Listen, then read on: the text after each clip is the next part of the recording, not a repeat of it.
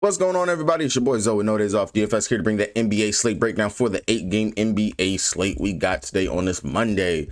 Hopefully everyone had a good weekend. You guys were able to cash, make a little something, make something to shake for yourself. Definitely, it's another day. With that being said, let's go ahead and look at the injury report. But if you guys are new here, make sure you guys hit that subscribe button so you guys don't miss any of the sauce and stuff your boy does drop over here on the channel. And drop a like in the video if you guys are actually enjoying the content. You guys want to see more of it. Definitely helps the channel and gets it out there to more people. Looking at the injury report real quick, Washington taking on Detroit. Detroit backing of a back-to-back. Koulibaly has been ruled out for Washington. For Detroit, Isaiah Stewart and Tobias Harris both still dealing with those ankles. Not too sure if they're going to be in or out because right now it lists as Isaiah Stewart questionable. Tobias Harris is out but has the grade for questionable, so we'll see. Portland taking on Orlando. Orlando backing of a back-to-back. Would not be surprised if Jalen Suggs get ruled out later on in the day because he has not played a back-to-back yet. So we might get Anthony Black getting the start going up against a Portland team who's actually pretty decent and pretty good. But Scoot Henderson, he is questionable. He might actually make his debut. Los Angeles Lakers taking on the Charlotte Hornets.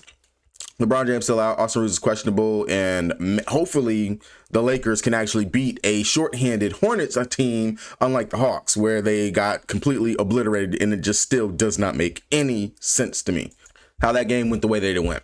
For the Charlotte Hornets, LaMelo Ball, he's already been ruled out. Brandon Miller, of course, he's still out. And then Miles Bridges, another one. Miles Bridges is listed as questionable, so we got to know if Miles Bridges is actually going to be in or out. Definitely something for us to pay attention to. Over here for the Hornets, because if he's not, then there's going to be even more usage and stuff to go around for them. Cleveland Cavaliers taking on the Miami Heat. Over there for them, Darius Garland, he's going to play. He didn't play last time because they were on back-to-back, so he should be in for today. Over here, Davion Mitchell, all these guys. Bam Adebayo is still out. He's still dealing with whatever the heck he's dealing with. San Antonio Spurs taking on the Chicago Bulls. Luke Cornett is questionable. Dylan Harper, he's out. They got De'Aaron Fox back last game. We'll look at his minutes and stuff and what he did last time out. For the Chicago Bulls, Josh Giddey got crossed up so bad he legit rolled his ankle and really didn't play well after that. Definitely pay attention to Josh Giddey news, because if he's out, then that's just going to boost everyone over here, especially Trey Jones, because then he's going to have all that usage that we love so much for Josh Giddey. And I wouldn't be surprised if maybe like someone like Ayo or something like that slides into the starting lineup. And then Milwaukee Bucks taking on Dallas. Milwaukee on the back end of a back-to-back themselves.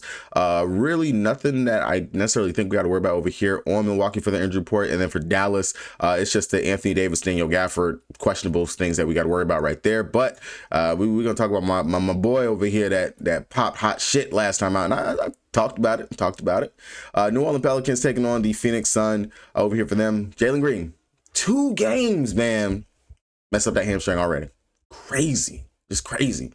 And then for the Pelicans, Messi, he's questionable. Jordan Poole and Zion, they are out. That's really just it over there for them. Oh, and then the Minnesota Timberwolves taking on the Utah Jazz. Minnesota backing up back-to-back for them. No real news that we got to worry about over there for that team. All right, head on over to DraftKings, the site I play the most on the site. If you guys got an account, you want one. If you guys don't have an account, you want one, check the link down in the description box below so you guys get the deposit bonus and join your boy over here on the Kang. Portland taking on Orlando. Hopefully you guys play some Denny Avni, because, man, the usage is still there. The guy is on fire. I definitely don't mind him in this matchup going up against Orlando, especially getting him on the back-to-back. He's stuffing the stat sheet in all categories, and I love the upside once again. Same thing for Drew Holiday. Ball handlers, we know that is a thing going up against him. Definitely look at Drew Holiday for his assist over there on the books. If you can get it at anywhere between 5.5, 6.5, I would definitely be looking at the over that. We have seen opposing point guards really kill it over there going up against Orlando for those assists for them. Shaden Sharp, I don't mind him, 6,600 the minutes. I wish that he could actually play closer to that 30 minutes, but he's definitely is, to me, somewhat paying off his price. It's going to be eventually where he'll be able to bust out of that right there, and I think the upside could be pretty great for him. And then Jeremy Grant, of course, like I said, if you end up taking anything and like you get stuck, you're in that 6K range and you're worried about anyone else that's around there, Jeremy Grant, I do feel like he's been consistent enough. Wish they would have got a little bit more minutes right here. Only 22 minutes and 28.2 fantasy points. So you can see what I'm seeing right there. If he would have played his normal close to 30 minutes, he would have had definitely 35, maybe 38 fantasy points. So that's definitely still within the cards for him, and I do like the upside. Outside of that, maybe we could look towards some Donovan Clayton. Not a bad position to spot. We have seen opposing bigs be able to have decent games going up against Orlando, especially getting Wendell Carter Jr. and them on the back end of a back-to-back. I do think the upside could be there for Clayton. We've seen it. He's got double-double upside, and he definitely could be a force down there for them.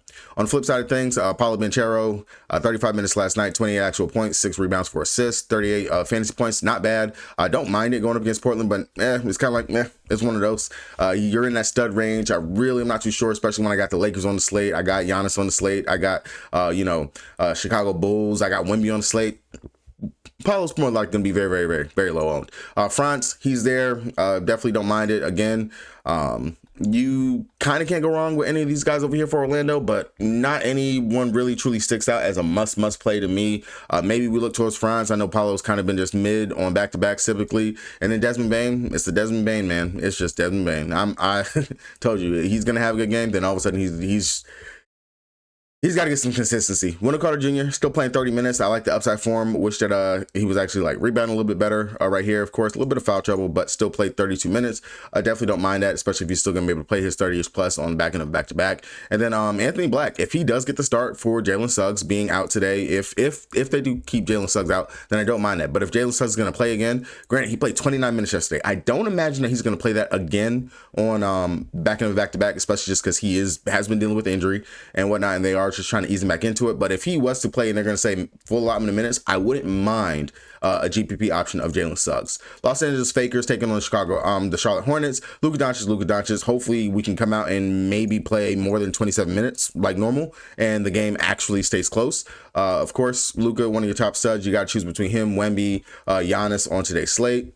But we know where most people are going to go, especially if AR is still out. Outside of that, of course, I love DeAndre Ayton here in the spot. Like going up against the Hornets, we have seen it. Opposing bigs, that has always been a spot that you have truly been able to attack and take going up against them for years in the past. I'm not going to be too discouraged by what Ware has done recently, Nurk or Looney. I mean, it's a smash spot if Ayton is aggressive enough and if they're actually looking for him and whatnot, especially on switches and rotations. Outside of that, if Austin Reeves is still going to be out, then of course we can look towards the Jake LaRavia, the Rui Hachimura, the Marcus Smarts. Those would be players that you can consider. But really, to me, it's going to be Ayton. It's going to be Luka Doncic. If AR is back, I imagine it's going to be on a minutes limit, and I'm not going to really be too inclined to play a 404 minutes limit of Austin Reeves.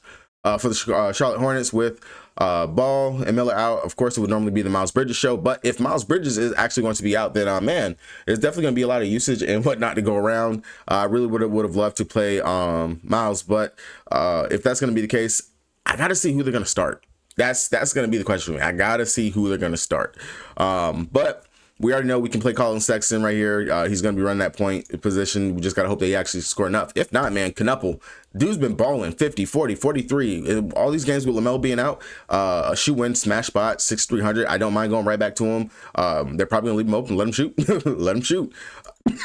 Trey Mann, if he actually gets to start, or depending on if they decide they want to run Zion, Trey, he's definitely in contention if he starts. If they're going to have him coming off the bench, then of course you can mess with Zion James. Just got to hope that they will actually let him go out there and play the minutes like what he's been doing, and he can actually be aggressive enough. Definitely does have some upside. Ryan, you can go right there, but I will say DBT, he's been putting up really more of the fantasy point per minute. I would rather play him than playing Ryan, even though he gets starts. And we have seen them run some big lineups, so they could actually start DBT and Ryan at the same time if Miles Bridges is out. So if DBT does get the start, I definitely do not mind going to that right there. Other than that, I don't really see too much over there on the Charlotte Hornets that I like that really truly sticks out. For Washington taking on Detroit, it's going to be the same old song and dance like what it's been continuously for them. It's Sar, it's Keyshawn. Those are going to be the main two guys we want to get to. Keyshawn has always been just sitting in that nice little sweet spot in the 6K range. Definitely came back from it being sick, 29 minutes, 19 fantasy points. We know he can do much more than that.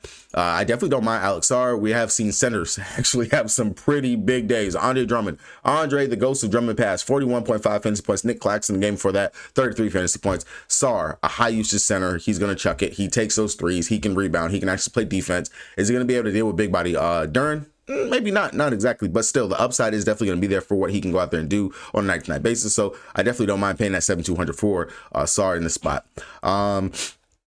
Outside of that, with Kubala being out, I mean, CJ McCollum, he's been coming on these last two games, 43, 35 fantasy points, maybe GPP option.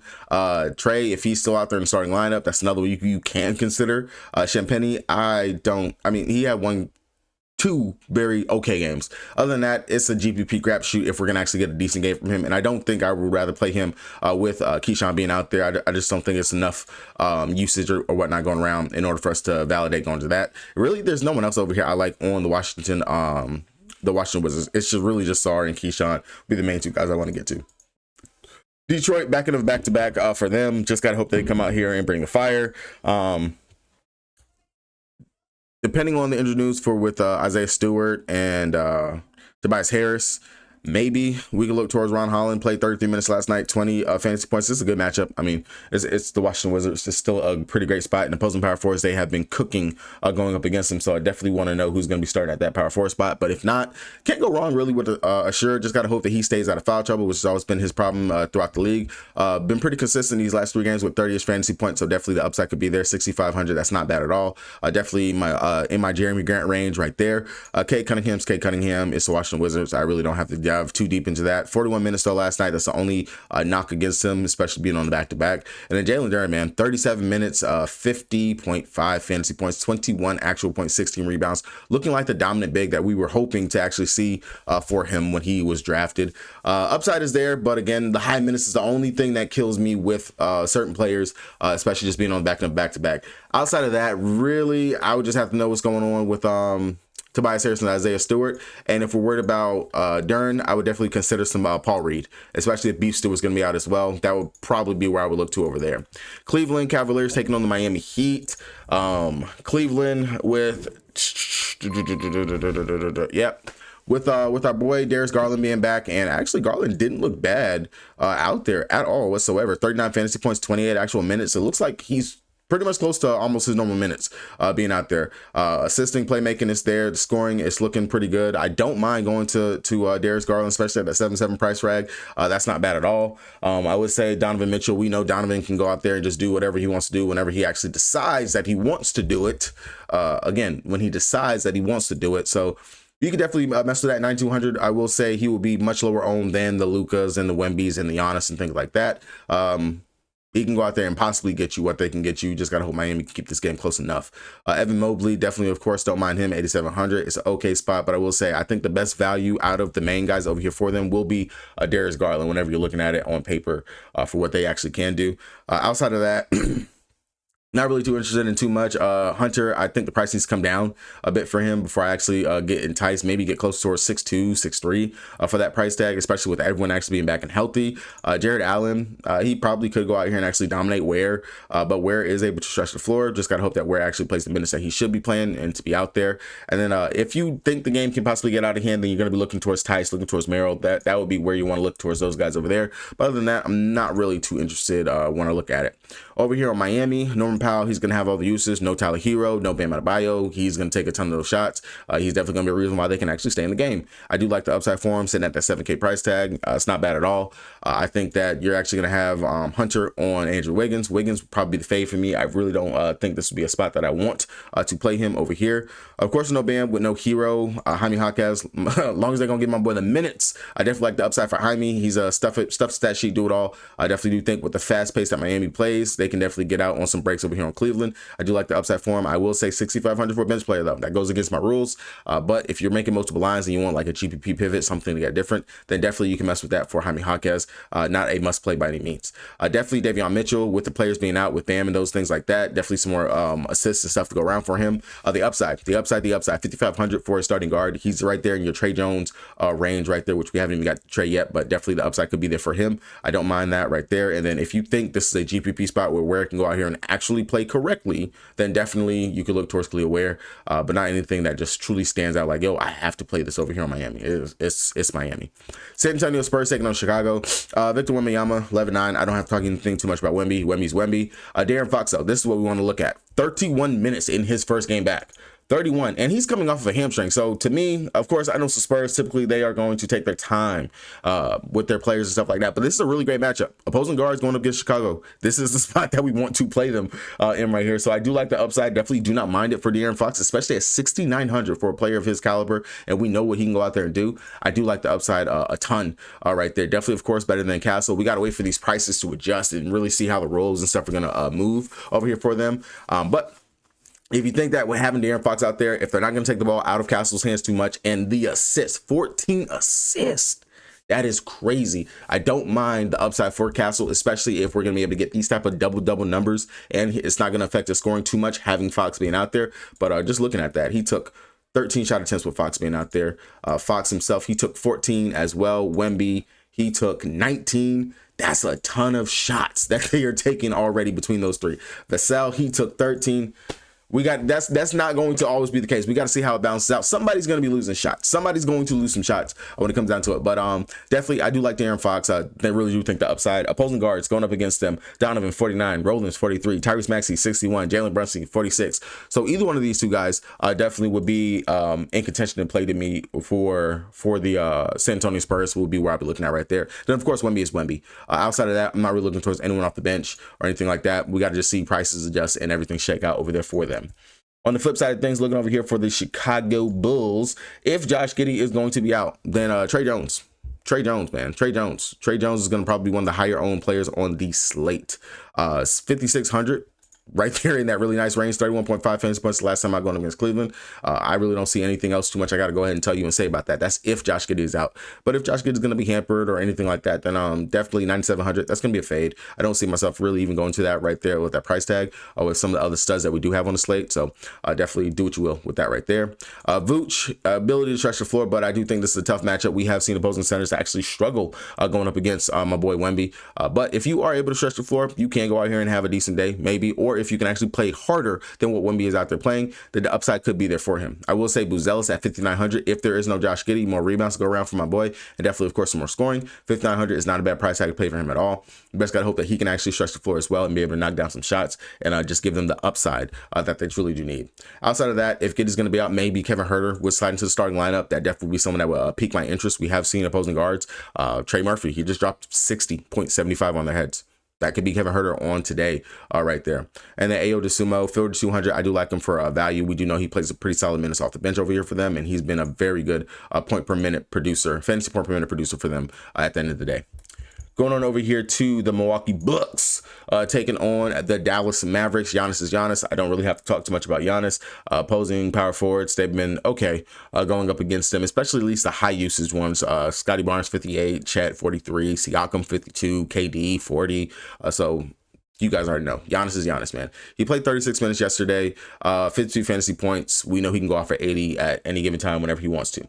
Outside of that, maybe the ghost of Miles Turner, who looks like he might have figured it out. That's 6,100, not bad. I don't mind that. Rollins, he's out there, he's playing, he does what he does. And I was confused on why the heck the Bucks had him at 4.5 assists yesterday. I was like, that's crazy. So definitely was a prop that I went ahead and I took yesterday myself, cashed out on that. So that's always good. I would say Bobby Portis will probably be someone that you look to. Is Kyle Kuzma, these guys off the bench, just because they are on the back end of back-to-back, and their main guys did play some pretty heavy minutes, but nobody really interests me too much over there on Milwaukee. I will say for Dallas, though, if PJ Washington is good to go, definitely don't mind looking at PJ.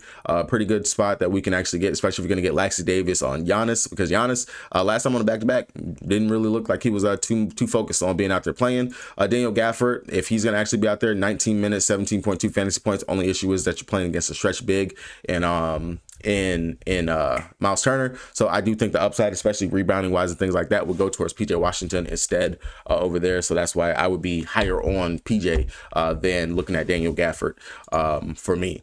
Najee Marsh, if Anthony Davis is out, the usage is there. The production is there. And I mean, I shouldn't be surprised because he did this last year when all these players and stuff were missing. So definitely the upside is real with Najee Marsh, someone else that you can definitely take.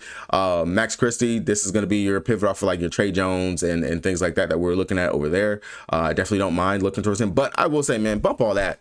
My boy, Brandon Williams, I told y'all last time. Mini Kyrie, the dude got handles. The man can go out there and score, but he can also play, make, and facilitate. And we're getting him for 4K. The only thing is that just got to hope the minutes stay consistent. I will say right now, he's outplaying what D-Lo thinks that he can go out there and do. If that's going to continue, they're going to ride the hot hand. I love the upside for Brandon Williams. Like, I love it. You're going to have to just take a chance if you do play Brandon Williams, if you're only making one line. That would be taking a really high risk chance. I'm not going to lie to you, because it could pan out or it could not pan out. But definitely Brandon Williams would be someone that you can consider taking that chance on. Cooper Flagg, my dude, 6,900. Mid spot for him. Definitely you can mess with that 6,900, but not really looking to go in that direction at all, if I got to be honest. All right, Minnesota Timberpups taking on Utah. They're on the back end of back-to-back. Did they win their game last night? Let's actually look at that. Did they win last night versus the Sacramento Queens? Of course they did. 144 to 117. The Queens got to figure it out, man. They really, truly do got to figure it out. They got to. Really over here, it's gonna be Anthony Edwards, 8,600. Kind of shocking to even say that for Ant. Only 30 minutes last night, 26, 4 and 5. That's too cheap to me for Ant, especially in a matchup going against Utah, who we know Ant can dominate in this matchup going up against Utah. We've seen him dominate going up against Utah. 50 fantasy points earlier this season when he played them, and then just look at last season, 69, 69, 51. He puts belt to ass going up against Utah. Julius Randle, of course, we can always mess with Julius. He's over here. Dante DiVincenzo, the price is not bad at all for Dante. I can definitely mess with that right there. Jaden McDaniels, I typically would like to play Jaden McDaniels whenever Ant is not out, but he's actually come back down towards that nice little 5K range from where he should have been originally. But of course, we know he got priced up. Ant was out. You know, he was playing more of a different usage and stuff like that. I don't mind clicking on Jaden McDaniels. Definitely not a bad spot at all. I can mess with that.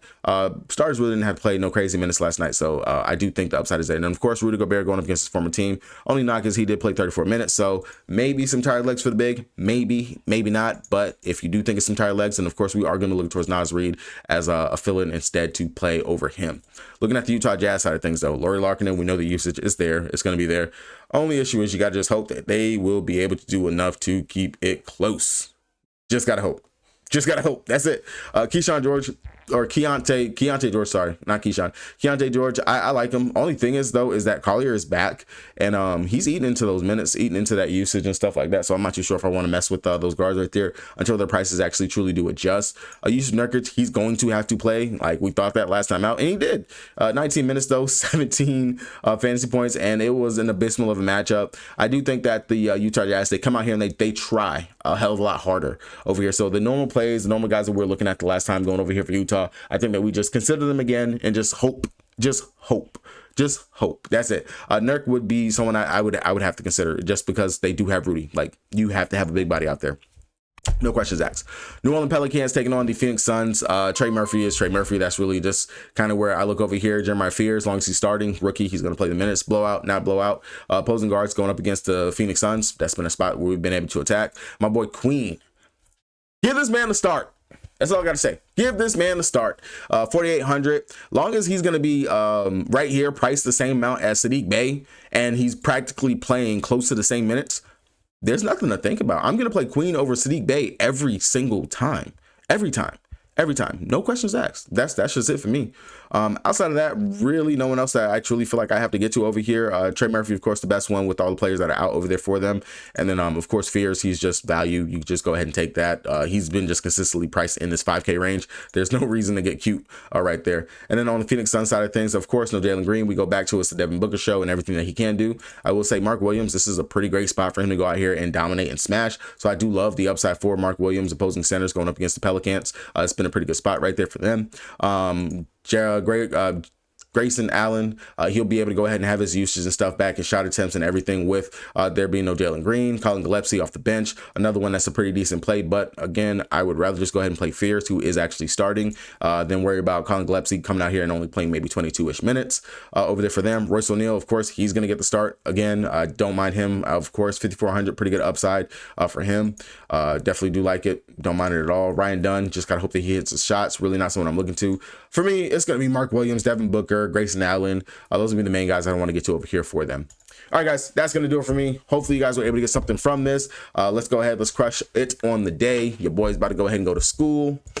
Real quick, Core, before we get out of here, I almost forgot about that. I would say De'Aaron Fox, 6,900. If you're going to tell me he's going to play close to 30 minutes and a really great matchup going against Chicago Bulls, I don't see any reason not to want to go ahead and take that.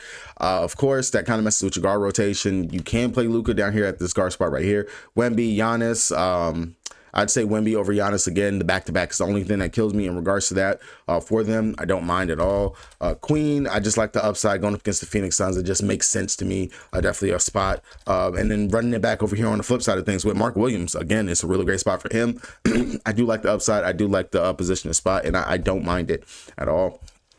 If we get word that the player's going to be out, depending on who's going to be out, I do like Trey Mann as potential options that you can go to, especially just because you can get him at that shooting guard spot right there. Let me see who actually else sticks out as a pretty good spot at the shooting guard.